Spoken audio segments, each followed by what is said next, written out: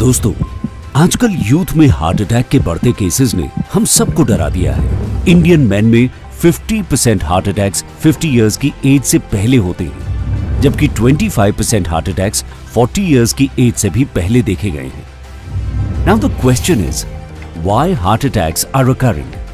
Heart attack के पीछे का साइंस क्या है? हार्ट अटैक को लेकर लोगों में कुछ मिथ हैं। हम सभी को लगता है कि हमें हार्ट अटैक नहीं हो सकता। हार्ट अटैक के सिम्टम्स कुछ फिल्मी तरीके से प्रेजेंट करेंगे और हार्ट अटैक हमें खुद बताएगा कि मैं हार्ट अटैक आ गया हूँ। इस तरह की कोई दवाई है जो बेसिक तौर पर अगर लगे हार्ट अटैक आया है और हॉस्पिटल जाने से पहले अगर पेशेंट को दी जाए, अटैक आ गया है तो एक डिस्प्रिन दी जा सकती है। डिस्प्रिन जो अक्सर लोग सर दर्द के लिए लेते हैं वो हार्ट के लिए काम करती है। हार्ट अटैक के मरीज को दी जाने वाली सबसे पहली दवाई होती है और 325 मिलीग्राम उसकी क्वांटिटी होती है। किसी की हार्ट अटैक से मृत्यु हो गई है तो आपको वो सुन के भी बड़ा कैची वर्ड लगता है कि हार्ट अटैक से लोग मर गए हैं। यंग जनरेशन में भी और खासकर बच्चों में भी अभी हाल ही में आपने देखा होगा कि क्रिकेट खेलते हुए और वर्कआउट करते हुए लोग की डेथ हो जा रही है हार्ट अटैक की वजह से। जंक फूड का प्रचलन कितना ज़्यादा बढ़ गया है, फिजिकल एक्टिविटी कितना रिड्यूस हो गई है, जो एक गलत खान पान है, जो एक नशे की आदतें हैं, जो वो लीजर ड्रग्स लेते हैं, स्टेरॉइड्स लेते हैं, जिम के प्रोटीन्स लेते हैं और बहुत ही इनह्यूमन लेवल की एक्सरसाइजेस करते हैं।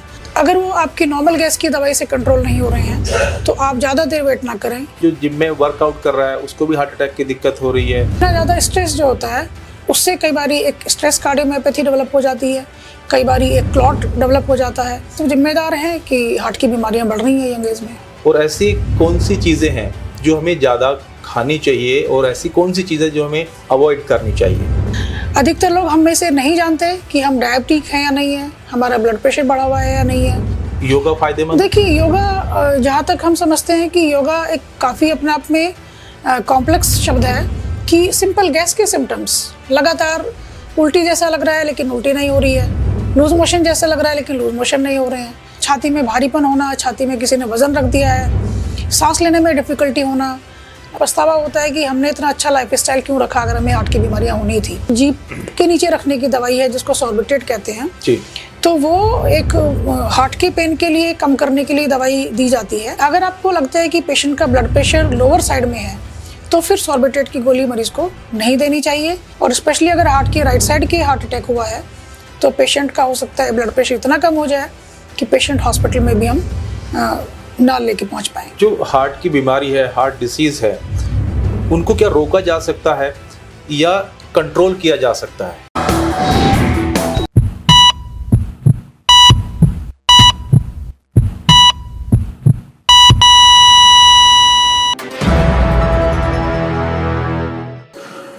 हर दिल की धड़कन कुछ कहती है, हर सवाल का होता है जवाब। नमस्कार, मैं हूं देव। आज हमारे खास पॉडकास्ट में बात होगी दिल की, यानी दिल की सेहत की, दिल की समस्या की, साथ ही दिल को लेकर लोगों में क्या मिथ है और उसकी सेहत को कैसे दुरुस्त किया जा सकता है। और आज के वक्त में दिल को लेकर इतनी जो बीमारियां हैं वो क्यों बढ़ रही है और दिल आपका हेल्दी होने की बजाय क्यों कमज़ोर होता जा रहा है, उसके क्या कारण हैं, क्या निवारण हैं, उसी पर आज बात होगी। और दिल की बात करने के लिए आज हमारे साथ मौजूद है सर गंगाराम में सीनियर कार्डियोलॉजिस्ट यानी दिल की डॉक्टर, अगर शुद्ध भाषा में कहें, कविता त्यागी जी, खास पॉडकास्ट में जो आपको बताएंगे कि आखिर कैसे दिल को दुरुस्त किया जा सकता है और कैसे दिल की बीमारी से बचा जा सकता है। कविता जी, बहुत स्वागत है आपका। धन्यवाद जी। कविता जी, सबसे पहले मेरा सवाल आपसे है कि जो कार्डियोलॉजिस्ट है यानी दिल के डॉक्टर हैं वो किन किन बीमारियों को ठीक करते हैं और उनका एक्चुअली में क्या काम है? जो दिल की बीमारियां होती हैं उनको हम क्लासिफाई करते हैं। कुछ बीमारियां होती हैं जो पैदाइशी बच्चों को आती हैं, जन्म से पहले वो आ जाती हैं, जैसे दिल के अंदर होल होना या दिल की बेसिक स्ट्रक्चर में कुछ मैलफॉर्मेशंस होना। तो ये बच्चे जो सीवियरिटी के अनुसार कि ये बीमारी कितना सीरियस है, जन्म के तुरंत बाद या तो प्रेजेंट करते हैं या तो कुछ टाइम के बाद प्रेजेंट करते हैं। इनमें बहुत सारी बीमारियां इंटरवेंशन के द्वारा ठीक की जाती हैं और बहुत सारी बीमारियों के लिए सर्जिकल अप्रोच चाहिए होती है जी। दूसरी बीमारियां होती हैं जैसे बच्चे फिर ग्रो होते हैं, कुछ कंजेनिटल बीमारियां तब मैनिफेस्ट करती हैं, कुछ जेनेटिक डिजीज़ जैसे कार्डियोमायोपैथीज़ हैं जैसे बच्चे ग्रो करते हैं तब मैनिफेस्ट करती हैं। जैसे हमने देखा होगा कि आजकल यंग लोगों में सडन कार्डियक डेथ के बहुत सारे रीजंस आ रहे हैं जी। तो उसके लिए भी बहुत सारी कंजेनाइटल मैलफॉर्मेशन जिम्मेदार हैं, और इसके अलावा एक प्रोकोएगुलेंट स्टेट जिम्मेदार होती है। और जो आजकल के बच्चों में जो एक गलत खान पान है, जो एक नशे की आदतें हैं, जो वो लीजर ड्रग्स लेते हैं, स्टेरॉइड्स लेते हैं, जिम के प्रोटीन्स लेते हैं, ये सब बहुत ज़्यादा जिम्मेदार हैं कि यंग लोगों में हार्ट अटैक की संभावना भी आजकल ज़्यादा हो गई है। जी, तो दिल की वो कौन सी सामान्य लक्षण हैं जिनको हमें नज़रअंदाज नहीं करना चाहिए, जिनको हमें गंभीरता से लेना चाहिए?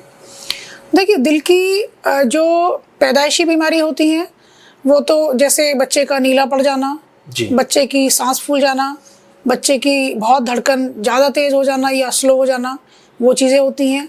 उनको नॉर्मली मदर्स पहचान लेती हैं। जब मदर्स बच्चे को फीड करती हैं तो वो देखती हैं कि बच्चा एक्सेसिव स्वेटिंग कर रहा है या बच्चा नीला पड़ गया है, तो उन बीमारियों को अगर वो सीरियस हैं तो उनको पहचानना ईजी होता है।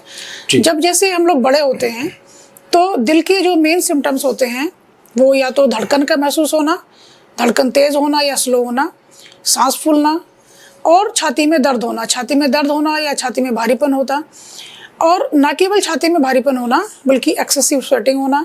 और ये सारे सिम्टम्स, अगर हम इनको हार्ट अटैक वाले सिम्टम्स की बात करें तो ये काफ़ी हद तक जो सिम्टम्स होते हैं ये मेंटल या फिजिकल एग्जर्शन के साथ इनका कनेक्शन होता है। तो कोई भी सिम्टम हमारी बॉडी में अम्बिलिकस के ऊपर और लोअर जॉ के नीचे अगर हमारी टॉर्सो में कोई सिम्टम हो रहे हैं, जैसे सामान्य तौर पे आप गैस के सिम्टम ही ले लें, अगर वो आपकी नॉर्मल गैस की दवाई से कंट्रोल नहीं हो रहे हैं तो आप ज़्यादा देर वेट ना करें, ये हार्ट अटैक के सिम्टम्स हो सकते हैं। अक्सर पहले होता क्या था कि 50 साल के बाद एक दिल की बीमारी का पता चलता था कि हार्ट की बीमारी है, लेकिन यंग जनरेशन में भी और ख़ासकर बच्चों में भी अभी हाल ही में आपने देखा होगा कि क्रिकेट खेलते हुए और वर्कआउट करते हुए लोग की डेथ हो जा रही है हार्ट अटैक की वजह से। ये इसके कारण क्या है और इसके समाधान क्या है, कैसे इस रूटीन को बदला जाए?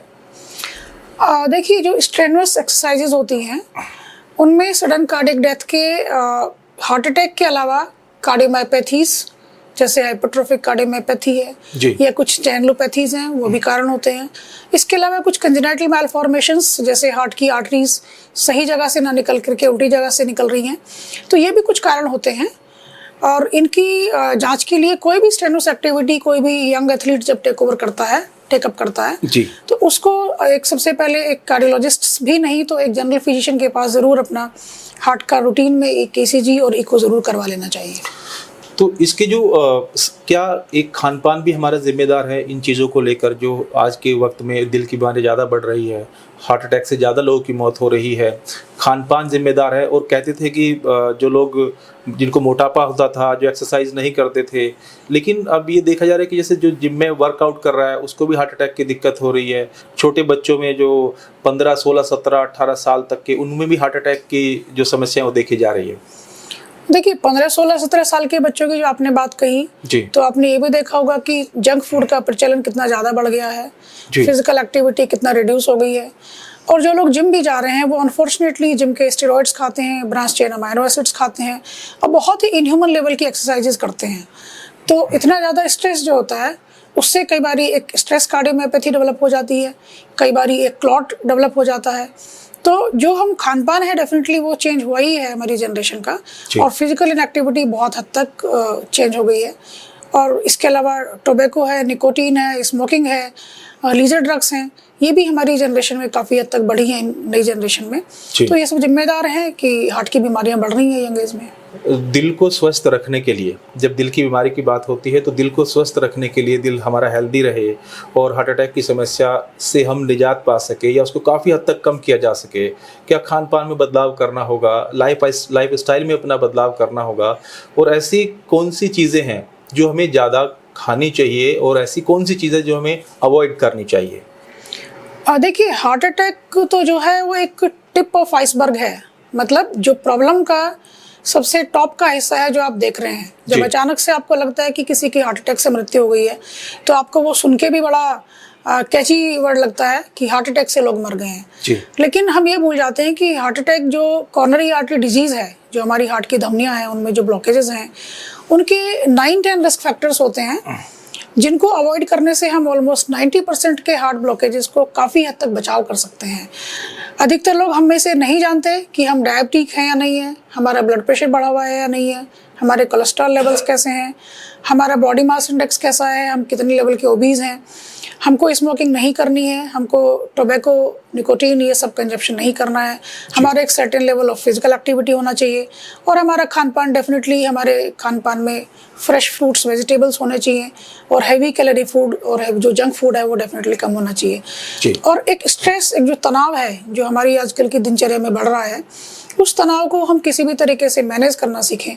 कोई भी हम अपना फिजिकल मेंटल एक्टिविटी प्रतिदिन के हिसाब से वैसी करें जिससे हम एक बार को एटलीस्ट 24 घंटे में हम तनाव मुक्त हो जाएं। चाहे मेडिटेशन करें, चाहे हम प्रेयर करें, चाहे हम एक मॉडरेट लेवल की एक्सरसाइज करें, चाहे हम गेम प्ले करें, चाहे म्यूजिक एंजॉय करें, लेकिन हमें वो अपनी एक्सरसाइज में ज़रूर ढालना चाहिए। और इसके लिए अगर हम डाइट की बात करें या फिर एक्सरसाइज की बात करें, तो जिम का जो वर्कआउट है या फिर जो लोग वॉकिंग करते हैं या फिर योगा जो करते हैं, इसमें से कौन सा सबसे अच्छा तरीका है जो इस बीमारी को कम किया जा सकता है? हार्ट को हेल्दी रखने के लिए हम अगर इसमें से अगर तुलना करें तो कौन सा वर्कआउट, कौन सी एक्सरसाइज सबसे अच्छी इसमें मानी जाती है, और डाइट का हमें क्या खास ध्यान रखना होगा? देखिए, जहाँ तक एक्सरसाइज का सवाल है तो हर इंसान को एक मॉडरेट लेवल की एक्सरसाइज ज़रूर करनी चाहिए। जैसे डेली एक्सरसाइज में उसका एक ब्रिस्क वॉकिंग ज़रूरी है। अगर लोग अपने कोई आर्थराइटिस की इशू है या एल्डरली एज में ब्रिस्क वॉक नहीं कर सकते तो वो एटलीस्ट चलें। बहुत देर सीडेंट्री तरीके से ना बैठे रहें और ना लेटे रहें। इसके अलावा जो जिम की एक्सरसाइजेज हैं उनमें स्पेशली ध्यान रखा जाए कि अगर वो प्रोफेशनल एक्सरसाइज वाले लोग नहीं हैं या उनका बेसिक प्रोफेशन ही उस टाइप की एक्सरसाइजेज करना नहीं है, अगर सिर्फ वो हेल्थ के लिए कर रहे हैं तो मॉडरेट टाइप की एक्सरसाइजेज करें। जो योगा की बात की जाती है कि योगा से हेल्दी और फिट रखा जा सकता है खुद को, हार्ट को, योगा फायदेमंद? देखिए, योगा जहाँ तक हम समझते हैं कि योगा एक काफ़ी अपने आप में कॉम्प्लेक्स शब्द है जिसको समझना और जिसको एक आम पब्लिक को कर पाना उतना आसान भी नहीं है जितना हम लोग उसको समझते हैं। लोगों को लगता है कि सिर्फ डीप ब्रीदिंग कर लिया, इन आउट कर लिया, वही योगा हुआ। हमारी समझ से उतना भी योगा आसान नहीं है। आप प्रॉपर ब्रीदिंग आप अपनी मॉड्यूलेट करते हैं, ब्रीदिंग कंट्रोल करते हैं, इससे आपकी स्ट्रेस कंट्रोल होती है। इसके बाद में आप अपने प्रॉपर पोस्चरल एक्सरसाइजेस, जिसमें अगर आप देखें पुराने योगिक एक्सरसाइजेस देखें तो उसमें ऑलमोस्ट सभी बॉडी के एक्सरसाइजेस आपके इन्वॉल्व होते हैं, जो कि हम लोग या तो सीख कर नहीं करते हैं या सीख कर करने की कोशिश नहीं करते हैं। तो वो शायद हमको, हमारी पब्लिक को इतना फ़ायदा नहीं दे पा रहा है जितना वो एक आइडियल कंडीशन में योगा किसी भी इंसान को फ़ायदा दे सकता है। तो योगा एक ऐसी चीज़ है, योगिक एक्सरसाइज ऐसी चीज़ है जिसको डेफिनेटली हमारी पॉपुलेशन को ज़्यादा फाइन तरीके से समझने की और सीखने की ज़रूरत है। जी, तो अगर देखा जाए तो हार्ट को लेकर, दिल की बीमारियों को लेकर या हार्ट अटैक को लेकर लोगों में कुछ मिथ हैं। अभी लोग उस चीज़ से अनजान हैं। उनको लगता है कि कोलेस्ट्रॉल अगर बढ़ा हुआ है या फिर तली हुई चीज़ें खाने से हार्ट अटैक होता है, और इसमें कितना सच है? देखिए, मिथ तो एक ऐसा है हमारे समाज में कि हम सभी को लगता है कि हमें हार्ट अटैक नहीं हो सकता। जी, मिथ तो यहाँ से शुरू होता है। जी, फिर जब उनको सिम्टम्स होते हैं तो हमें लगता है कि हार्ट अटैक के सिम्टम्स कुछ फिल्मी तरीके से प्रेजेंट करेंगे और हार्ट अटैक हमें खुद बताएगा कि मैं हार्ट अटैक आ गया हूँ। लेकिन ऐसा नहीं होता। सिम्टम्स जो होते हैं पेशेंट के, जैसे मैंने आपको बताया कि सिंपल गैस के सिम्टम्स, लगातार उल्टी जैसा लग रहा है लेकिन उल्टी नहीं हो रही है, लूज मोशन जैसा लग रहा है लेकिन लूज मोशन नहीं हो रहे हैं, पेट में एकदम स्टफीनेस है लेकिन आप पेट को क्लियर नहीं कर पा रहे हैं, ये सब गैस्ट्रिक सिम्टम्स बहुत कॉमन होते हैं। इसके अलावा पीछे की आर्टरी का अगर हार्ट अटैक है तो पीठ के पेन बहुत कॉमन होता है। इसके अलावा छाती में भारीपन होना, छाती में किसी ने वजन रख दिया है, सांस लेने में डिफ़िकल्टी होना, इस प्रकार के सिम्टम्स कॉमन है। कई बार लोग इन इनिशियल सिम्टम्स को जब इग्नोर करते हैं तो हार्ट की पंपिंग कमज़ोर हो जाती है और लोगों को पैरों पे स्वेलिंग आ जाती है, लोगों की सांस फूलने लगती है, लोगों को खांसी आने लगती है। तो इस प्रकार के सिम्टम्स हैं जो लोग जनरली इग्नोर करते हैं, और जब हमारे पास पेशेंट पहुंचते हैं, जब ये लेट कंडीशन में आते हैं, तो फिर उनको मैनेज करना डेफिनेटली उतना हमारे लिए इजी नहीं होता। इसके अलावा उनको मैनेज करने के बावजूद भी उन लोगों में लॉन्ग टर्म कॉम्प्लिकेशंस हम लोग लगातार देखते रहते हैं। अभी हाल ही में पिछले कुछ दिनों में एक कुछ वीडियो वायरल हुए थे, खासकर कुछ दवाई को लेकर। उस दवाई को रामबाण बोला गया था कि ये दवाई रामबाण है। 3 दवाओं के कुछ नाम उसमें बताए गए थे कि अगर हार्ट अटैक की दिक्कत है या फिर अगर आपको लगता है कि हार्ट अटैक आया है तो वो उनमें से 2-3 दवाई आपको खानी है। वो क्या वीडियो सही थे और वो क्या ऐसी कोई दवाई आदमी खा सकता है कि उसमें एक जीभ के नीचे रखने के लिए बात उसमें कुछ कर रहे थे। तो इस तरह की कोई दवाई है जो बेसिक तौर पर अगर लगे हार्ट अटैक आया है और हॉस्पिटल जाने से पहले अगर पेशेंट को दी जाए तो उसके चांसेस बचने के बहुत ज़्यादा हो जाए? देखिए, जब हमारे पास पेशेंट हॉस्पिटल में आता है जी, और हम ईसीजी करते हैं या उसका ट्रोपोनिन टेस्ट करते हैं और हमें लगता है कि पेशेंट को माइनर या मेजर हार्ट अटैक आया है या अनस्टेबल एंजाइना ही है, तो हम मरीज को एक एस्पिरिन देते हैं, डिस्प्रिन 325 mg की टेबलेट देते हैं, एक हाई डोज स्टैटिन देते हैं जिसको डोर्वास्टैटिन कहते हैं 80 मिलीग्राम का। इसके अलावा हम एक दूसरा और ब्लड थिनर देते हैं जो क्लोपिडोग्रेल होता है नॉर्मली, जिसकी भी हाई डोज होती है। तो ये 3 तो नॉर्मली दवाइयाँ दी जाती हैं जी। इन ही दवाइयों को अगर आपको बाहर लग रहा है पेशेंट को कि हार्ट अटैक आ गया है तो एक डिस्प्रिन दी जा सकती है और कोलेस्ट्रॉल की भी हाई डोज दवाई दी जा सकती है। हावेवर इसमें हम ये ज़रूर देख लें कि पेशेंट को कोई रीसेंट ब्लीडिंग एपिसोड नहीं हुआ है, पेशेंट को कोई रीसेंट ब्रेन में ब्लीडिंग की टेंडेंसी नहीं हुई है और उसको ब्लीडिंग स्ट्रोक नहीं हुआ है मेनली, या पेट में या कहीं और बॉडी में कोई सीरियस वाली ब्लीडिंग नहीं हुई है। क्योंकि यही खून पतला करने की दवाइयाँ अगर इस मरीज को दे दी जाएं डिस्पाइट कि उसको हार्ट अटैक चल रहा है तो उसको ये डबल प्रॉब्लम हो जाती है कि हार्ट अटैक एक इशू है और साथ में अगर उसको ब्लीडिंग कहीं से शुरू हो गया तो फिर इस ब्लीडिंग को मैनेज करना along with the antiplatelets which we need to give, ये हमारे लिए डबल प्रॉब्लम हो जाती है और मरीज के लिए भी बहुत बड़ी समस्या का कारण बनता है। इसके अलावा जो एक जीभ के नीचे रखने की दवाई है जिसको सॉर्बिट्रेट कहते हैं जी, तो वो एक हार्ट के पेन के लिए कम करने के लिए दवाई दी जाती है। उसके बारे में लेकिन पब्लिक को इतना ही समझना है कि अगर आपको लगता है कि पेशेंट का ब्लड प्रेशर लोअर साइड में है तो फिर सॉर्बिट्रेट की गोली मरीज को नहीं देनी चाहिए क्योंकि उससे ब्लड प्रेशर कम होता है। और स्पेशली अगर हार्ट की राइट साइड की हार्ट अटैक हुआ है तो पेशेंट का हो सकता है ब्लड प्रेशर इतना कम हो जाए कि पेशेंट हॉस्पिटल में भी हम ना लेके पहुंच पाए। जी, यानी कि वो कंडीशंस में अगर आपका बीपी हाई है तो उस कंडीशंस में वो दवाई दी जा सकती है, तो दवाई दी जा सकती है।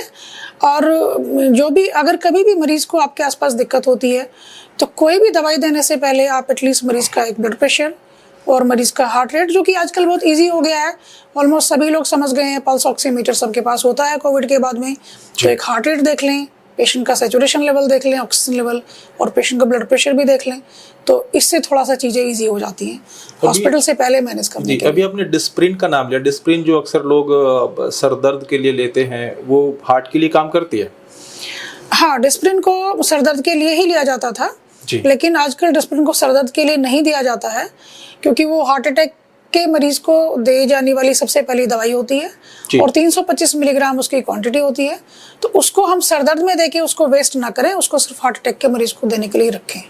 अगर हार्ट की बीमारी पूरी तरीके से हम चाहे कि ना हो तो उसके लिए एक आम इंसान को जो एक भागदौड़ भरी जिंदगी में जुटा हुआ है उसको सबसे पहले क्या करना चाहिए और किन चीज़ों पर ज़्यादा ध्यान देना चाहिए?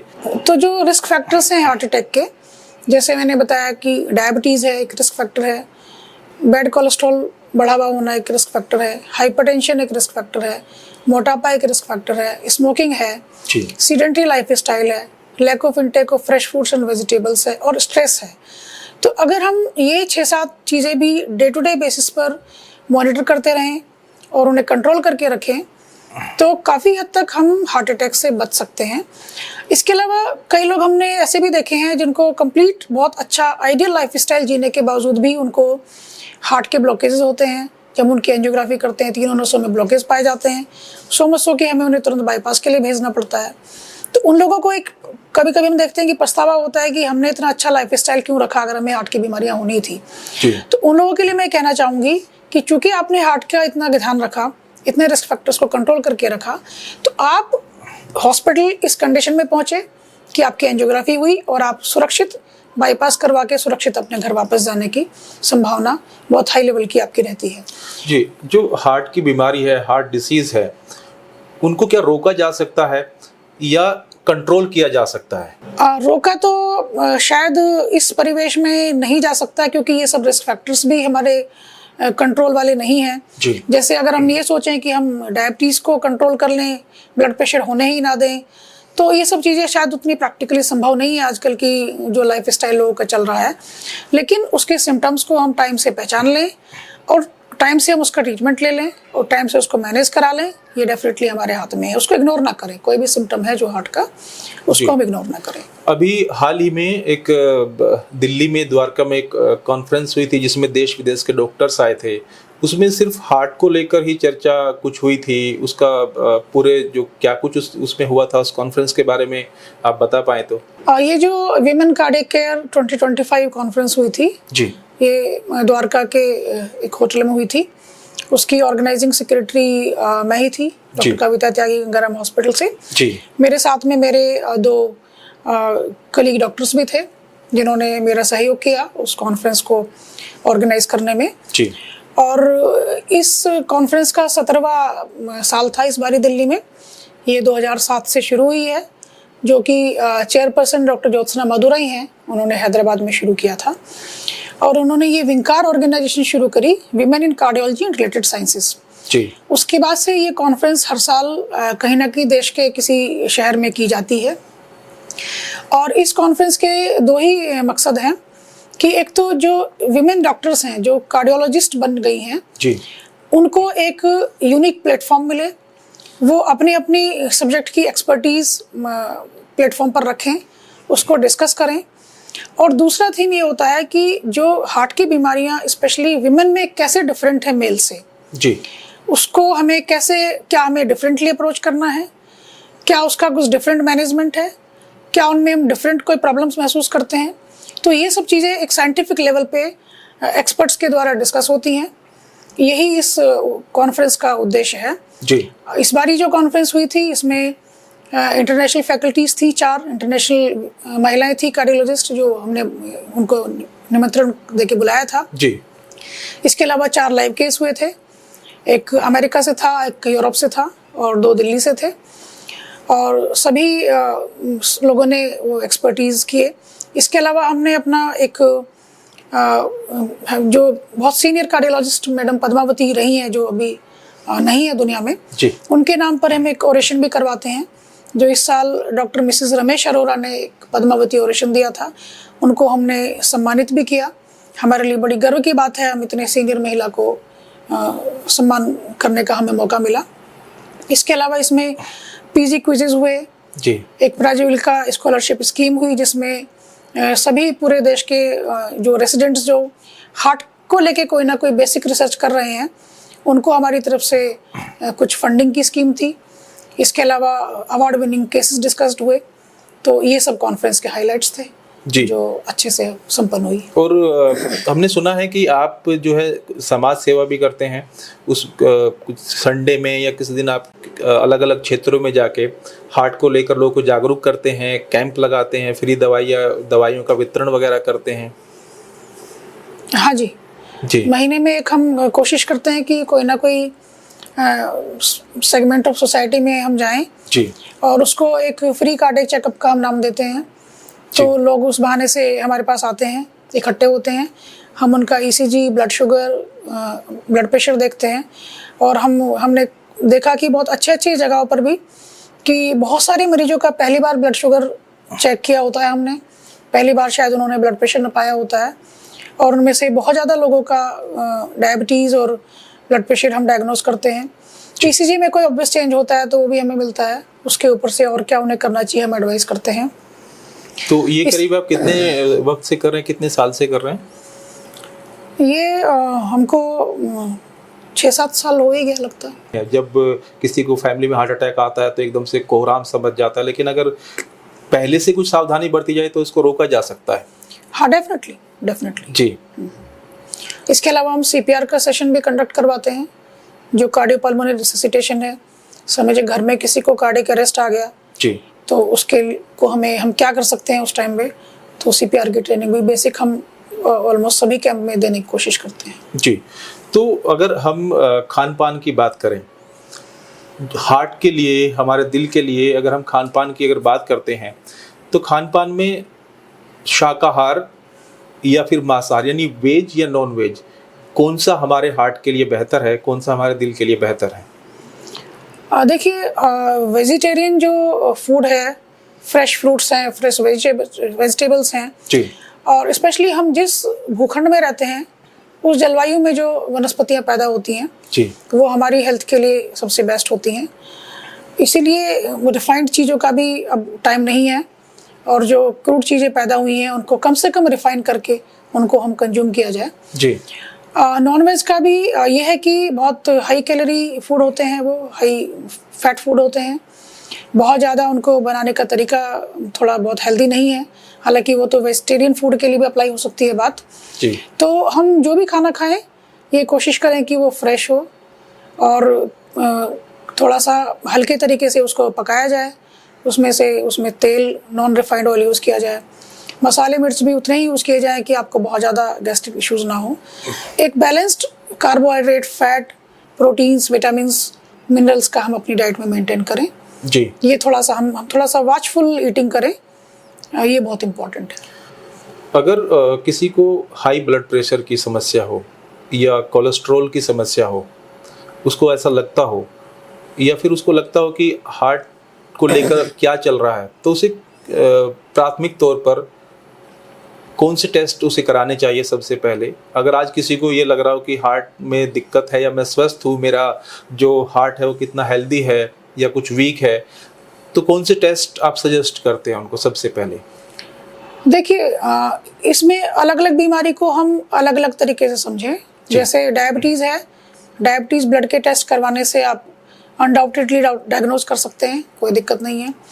ब्लड प्रेशर भी आप ब्लड प्रेशर की मशीन से डॉक्टर आपके लिए डायग्नोज कर सकते हैं।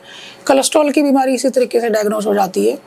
अब आती है बात मेनली हार्ट की। जी, तो हार्ट के लिए एक बेसिक टेस्ट जो ECG होता है उसमें कुछ चीज़ें पता चलती हैं, जी, लेकिन उसमें सारी चीज़ें नहीं पता चलती हैं। जैसे ऑनगोइंग मेजर हार्ट अटैक है, वो ECG में 99% उसको हम पकड़ लेते हैं। इसके अलावा अगर हमें चेस्ट पेन चल रही है और हमें डाउट है कि हार्ट अटैक है या नहीं है, तो ब्लड का टेस्ट होता है, एक ट्रोपोनिन टेस्ट होता है, उससे अगर हार्ट अटैक चल रहा है तो वो पॉजिटिव आता है, उससे पता चल जाता है हमको। जहाँ तक आपने हार्ट की मजबूती की बात कही, तो हार्ट की पंपिंग कैसी है, जो नॉर्मल पंपिंग हमारी 55 से 65 तक होनी चाहिए। जी, इसके अलावा कोई वैल्वुलर कंडीशंस कैसे हैं, हार्ट के मसल्स कैसे हैं, ये सब जानने के लिए एक 2D को नाम का टेस्ट आता है, वो बिल्कुल ठीक होता है, वो करा लेना चाहिए, नॉन इन्वेजिव टेस्ट होता है। इसके अलावा जो एंजियोग्राफी का जो एक हमारे समाज में बहुत बड़ा मिथ और डर है जी, कि एंजियोग्राफी हमको डॉक्टर बताएंगे और हम एंजियोग्राफी कराएंगे तो हमको फर्दर ट्रीटमेंट ये वो बता दिया जाएगा या कर दिया जाएगा। तो उसके बारे में मैं एक मैसेज देना चाहती हूँ लोगों को कि एक CT कॉर्नरी एंजियोग्राफी का टेस्ट अवेलेबल है, जिसके बारे में पब्लिक काफ़ी कंफ्यूज रहती है। ओके, तो CT कॉर्नरी एंजियोग्राफी हमें उन लोगों को कराना चाहिए जिनका हमें लगता है कि ब्लॉकेजेस निकलने की संभावना कम है।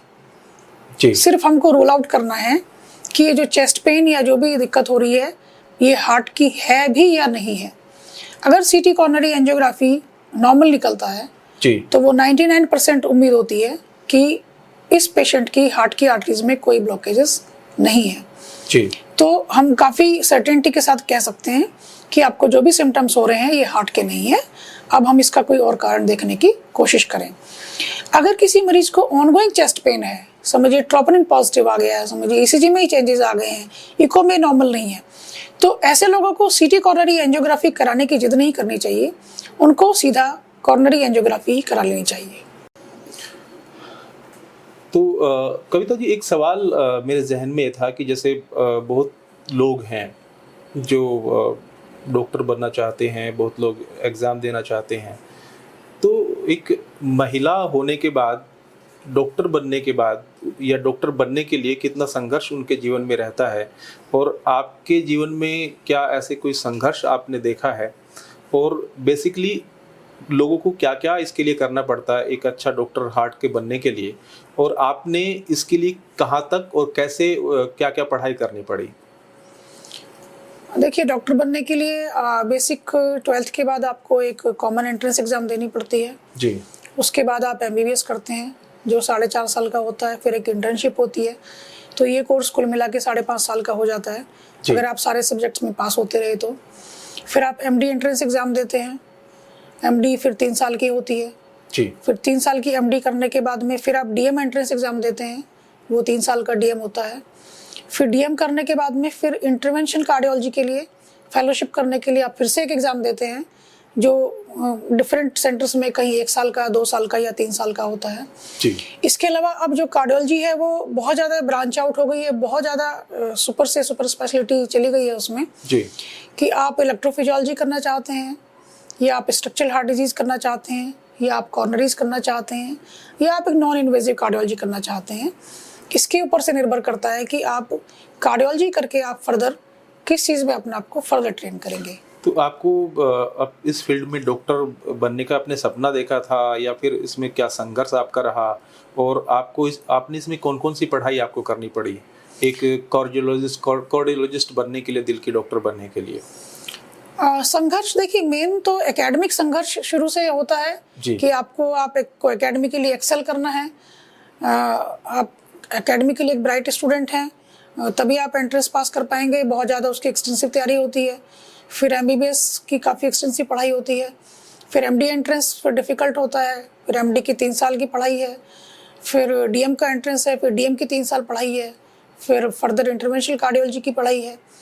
तो ये एकेडमिक संघर्ष तो है ही बहुत सारे साल का। जी। इसके अलावा महिलाओं को स्पेशली जो फेस करना पड़ता है कि बीच में शादी होनी है, अगर होनी है तो फिर बच्चों की उम्र हो जाती है। बच्चे एक रिप्रोडक्शन की एक हेल्दी एज होती है। जी। तो उस टाइम में वो पढ़ाई करें, ट्रेनिंग लें, कैथलम में जाएं ना जाएं, या फिर अगर बच्चे नहीं उस टाइम ये होते हैं, प्लान होते हैं, तो फिर एक मदर की एज एल्डरली हो जाती है। तो उस हिसाब से उनको उनकी अपनी हेल्थ के लिए, उनके अपने बच्चों के लिए एक वो प्रॉब्लम बनी रहती है। और इसके अलावा शादी के बाद तो जैसा कि आप सामाजिक परिवेश जानते हैं कि अगर हस्बैंड कोऑपरेट ना करे तो शायद लेडी के लिए कुछ भी संभव नहीं है करना। और क्या क्या पढ़ाई आपने की इस दौरान? हमने MBBS किया। MBBS के बाद में चूँकि थोड़ा सा बेटी हो गई थी तो गैप हुआ। फिर हमने MS एनाटमी किया, DNB एनाटमी किया। बेटी बड़ी हुई, फिर हमने मेडिसिन किया, फिर हमने कार्डियोलॉजी किया, फिर हमने इंटरवेंशनल कार्डियोलॉजी किया। तो अगर हार्ट की बात जैसे हम कर रहे हैं, तो हार्ट की जो बीमारी है उसको डायग्नोस करने के लिए, उसको ठीक करने के लिए आज के वक्त में क्या क्या तकनीकें हैं, क्या क्या आधुनिक तकनीकें अब आ गई हैं जिनसे जो इलाज किया जा रहा है, और पहले से क्या बेटर तकनीकें फिलहाल है पहले के मुकाबले? देखिए, आजकल जैसा हम देखते हैं कि जो कॉर्नरी आर्टरीज होती हैं जी, उनमें काफ़ी कैल्सिफिक कॉर्नरी आर्टरीज होती हैं। तो आजकल इस कैल्शियम को डील करने के लिए काफ़ी सारे हमारे पास अच्छी टेक्निक्स आ गई हैं। रोटाएब्लेशन तो काफ़ी पुरानी टेक्निक है। इसके अलावा आजकल जो कटिंग बलून्स हैं, various types of cutting balloons हैं, एक IVL है, एक एथेरेक्टमी है। तो इस प्रकार की ये कैल्शियम हैंडलिंग जो टेक्निक्स हैं, इन्होंने एक इंटरवेंशनल कार्डियोलॉजिस्ट की लाइफ को और पेशेंट की लाइफ को बहुत इजी बना दिया है। बहुत ज़्यादा से ज़्यादा सीवियरली कैल्सिफाइड आर्टरीज को भी हम डील कर सकते हैं जी, और मरीज को हम बाईपास जाने से रोक सकते हैं।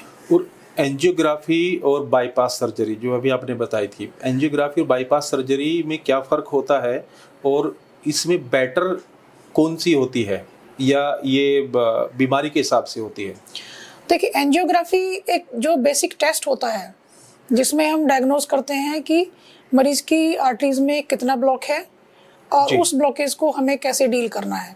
उस बेसिक टेस्ट को कॉर्नरी एंजियोग्राफी कहते हैं। जी। कॉर्नरी एंजियोग्राफी करके हम देखते हैं कि अब इस मरीज की एंजियोप्लास्टी होनी चाहिए, मतलब कि इन आर्टरीज को हमें स्टेंट से खोलना चाहिए, या इस मरीज को हमें बाईपास के लिए भेजना चाहिए। जी। तो जब तीनों आर्टरीज में ब्लॉकेजेस होते हैं, बहुत ज़्यादा कैल्सिफाइड आर्टरीज होती हैं, या स्टेंट को डिप्लॉय करने की कोई प्रॉपर हमको लोकेशन नहीं मिलती आर्टरीज में, तो ऐसे मरीजों को हम बाईपास के लिए भेज देते हैं।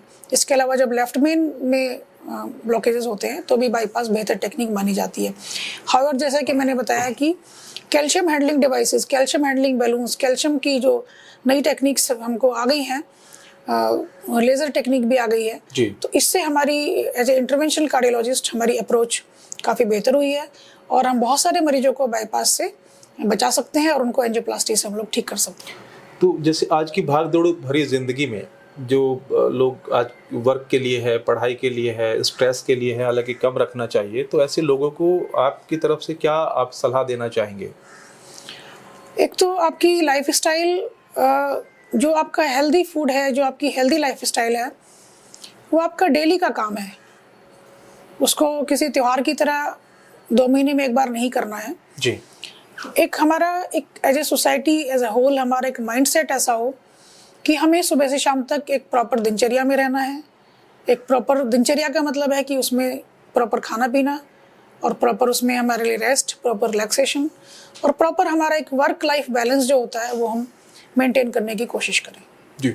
अगर किसी के परिवार में जो हार्ट की बीमारी का उनका इतिहास है, यानी पहले उसके दादा को हुआ, फादर को हुआ या उनको है किसी को, तो ऐसे में आने वाली जनरेशन को उनको टेस्ट कब से कराने चाहिए और क्या टेस्ट उनके होने चाहिए? देखिए, हार्ट की बहुत सारी बीमारियां हैं जो खानदानी रूप से चलती हैं। जैसे मैंने वेरियस कार्डियोमायोपैथीज आपको बताया। ओके। तो उन लोगों को अपना इको टेस्ट, ईसीजी टेस्ट शुरू कर देना चाहिए छोटी उम्र में। जिन लोगों को यंग एज में हार्ट अटैक से जिन लोगों के घर में डेथ हुई है, प्रीमेच्योर सीएडी जिसको कहते हैं, प्रीमेच्योर सीएडी अगर आदमी लोगों में 55 साल से पहले और औरतों में 65 साल से पहले अगर हार्ट अटैक से मृत्यु होती है तो उसको प्रीमेच्योर सीएडी कहा जाता है। तो इन लोगों को भी टाइम से पहले अपने इन्वेस्टिगेशंस शुरू कर देनी चाहिए। और स्पेशली महिलाओं में मेनोपॉज के बाद में हार्ट की ब्लॉकेजेस की शिकायत आदमी के जैसे ही कॉमन हो जाती है क्योंकि हार्मोन्स का इफेक्ट खत्म हो जाता है। इसके अलावा जो प्रेगनेंसी है, वो प्रेगनेंसी को एक महिला के लिए हार्ट का स्ट्रेस टेस्ट कहा जाता है। प्रेगनेंसी के दौरान बहुत सारी महिलाओं का ब्लड प्रेशर बढ़ता है, शुगर अनकंट्रोल हो जाती है। तो ये वाली महिलाएं बहुत प्रोन होती हैं कि आने वाले 3-4 सालों में या 5-6 सालों में इन महिलाओं की शुगर बढ़ जाएगी या इन लोगों को ब्लड प्रेशर की दिक्कत हो जाएगी। इसके अलावा एक पेरीपार्टम कार्डियोमायोपैथी होती है जो स्पेसिफिकली महिलाओं की बीमारी होती है। प्रेगनेंसी के दौरान पहले या डिलीवरी के बाद में हार्ट कमज़ोर हो जाता है और इस बीमारी से भी महिलाओं को काफ़ी दिक्कत होती है और इससे रिकवरी भी काफ़ी लोगों को कई बारी मुश्किल होती है। तो एक आम इंसान को ये कैसे उसको पता चलेगा कि उसके हार्ट की बीमारी होने वाली है या हार्ट की बीमारी उसे कहीं ना कहीं शुरू हो चुकी है? उसके बेसिक लक्षण अगर की बात की जाए तो क्या है? देखिए, अगर हम बेसिक एक इको करा लेते हैं तो हमें बेसिक हार्ट की पंपिंग, बेसिक हार्ट के फंक्शनिंग, वाल्व वगैरह, कोई पैदाइशी बीमारी तो नहीं है, ये हमारी एक बेसिक अंडरस्टैंडिंग हमें आ जाती है। जी। इसके बाद में हम फिर अपने रिस्क फैक्टर्स के ऊपर वर्कअप कर लें।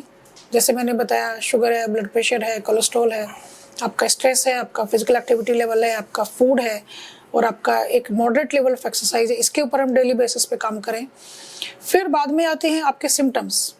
तो सिम्टम्स का हम एक बेसिक अंडरस्टैंडिंग डेवलप करें कि कोई भी सिम्टम्स जो हमारे फिजिकल या मेंटल स्ट्रेस के साथ आ रहे हैं, कोई भी या तो सांस फूल रही है या घुटन हो रही है या कहीं भी छाती में भारीपन है, जैसा मैंने बताया आपकी अम्बिलिकस से पहले और लोअर जा से नीचे, टॉर्सो में, बॉडी में, आपके दोनों हाथों में कहीं भी कोई सिम्टम्स जो फिजिकली या मेंटल एक्सर्शन से रिलेटेड हैं, तो आप इन सिम्टम्स को इग्नोर ना करें और इनके लिए प्रॉपर टेस्ट कराएं। कार्डियोलॉजिस्ट को मिलें या तो सीटी कॉर्नरी एंजियोग्राफी कराएं, बेसिक ईसीजी वगैरह वो सब टेस्ट करा लें। और एक बार अगर ये टेस्ट हो जाते हैं तो ये भी मैं देखती हूँ लोगों में कि हमारे पास जो स्पेक्ट्रम ऑफ सोसाइटी है वो 2 लोगों की है। एक तो तीनों वेसल्स में ब्लॉकेजेस हैं और फिर भी वो कहते रहेंगे कि नहीं, हमें कोई बीमारी नहीं है। एक वो स्पेक्ट्रम है जिनको हमने सारे टेस्ट करके बता दिया है कि भाई आपको हार्ट की तरफ से कुछ भी नहीं है, अब आप खुश रहिए, अपना टाइम से ट्रीटमेंट करते रहिए और इन्वेस्टिगेशन कराते रहिए जब रिक्वायरमेंट हो। लेकिन वो लोग भी फिर इस बात को दिमाग से निकाल नहीं पाते हैं कि वो हार्ट के पेशेंट नहीं है। तो हमें उस प्रकार का ओवर ऑब्सेशन भी नहीं रखना है, अननेसेसरी का मेडिकल केयर को ओवर बर्डन करते हैं इस प्रकार के सिम्टम्स लेके। हम समझ लें कि अगर हम रिस्क फैक्टर्स कंट्रोल कर रहे हैं, एक बार ही हमने हार्ट की जांच करा ली है, हम यंग एज लोग हैं, तो अभी हमको हार्ट की बीमारियां कुछ सालों तक पॉसिबली शायद नहीं होंगी। हालांकि हमें लाइफस्टाइल को अपना हेल्दी मेंटेन करने की लगातार आवश्यकता होती है। तो अगर हम हार्ट की बीमारी से बचने के लिए कुछ खान पीन में अगर देखा जाए तो खाने में कुछ ऐसा है जिसको खाए तो उस समस्या को कम किया जा सकता है, या फिर अगर जूस लोग ज़्यादा प्रेफर करते हैं तो ऐसा कौन सा जूस है जो हार्ट को हेल्दी बना सकता है? देखिए, हार्ट को हेल्दी बनाने का कोई जूस नहीं होता है जी।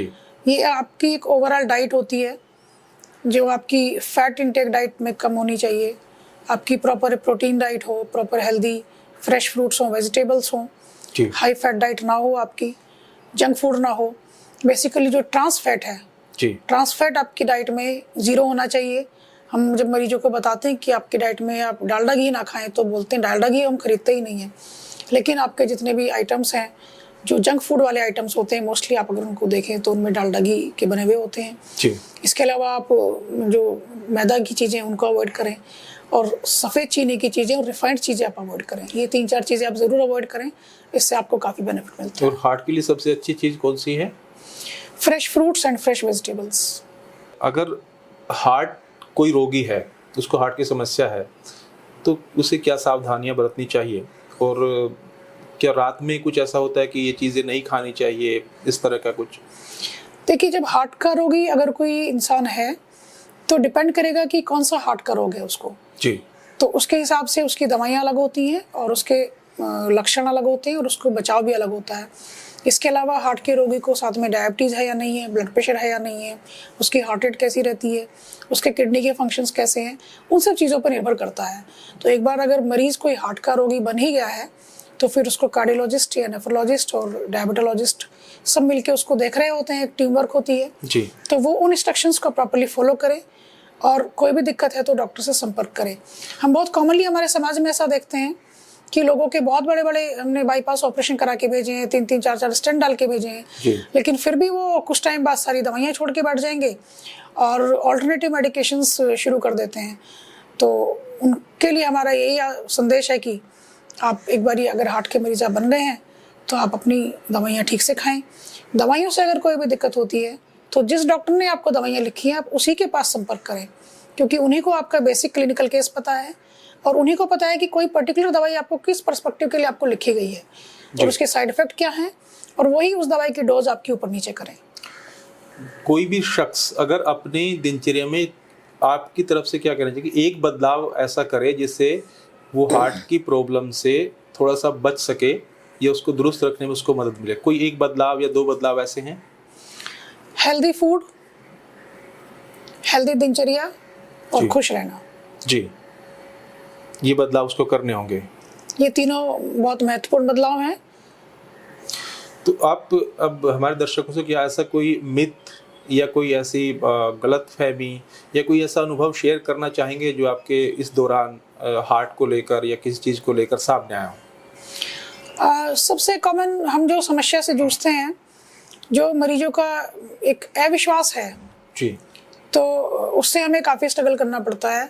मरीज़ को ऑनगोइंग मेजर हार्ट अटैक चल रहा है और हम उसे बताते हैं कि भाई ये एकदम क्रिटिकल कंडीशन है, आपका ट्रीटमेंट तुरंत होना चाहिए, लेकिन उस टाइम भी वो अच्छे खासे से 20-30 मिनट लेते हैं समझने के लिए कि हम करें कि नहीं करें। जी। हमारे देश में फाइनेंशियल कंस्ट्रेंट्स भी हैं, वो भी हम मानते हैं, लेकिन फिर भी जो हार्ट की जो अटैक वाली कंडीशन है स्पेशली वो एक जानलेवा बीमारी होती है और उसका हमें ट्रीटमेंट करा ही लेना चाहिए। अगर आपको डाउट है तो आप तुरंत दूसरे डॉक्टर से सलाह लें, लेकिन जल्दी करें। और अगर किसी भी मरीज़ को ये बताया गया है कि आपको मेजर हार्ट अटैक चल रहा है तो उस ट्रीटमेंट को लेने में आप अपनी तरफ से लेट ना करें।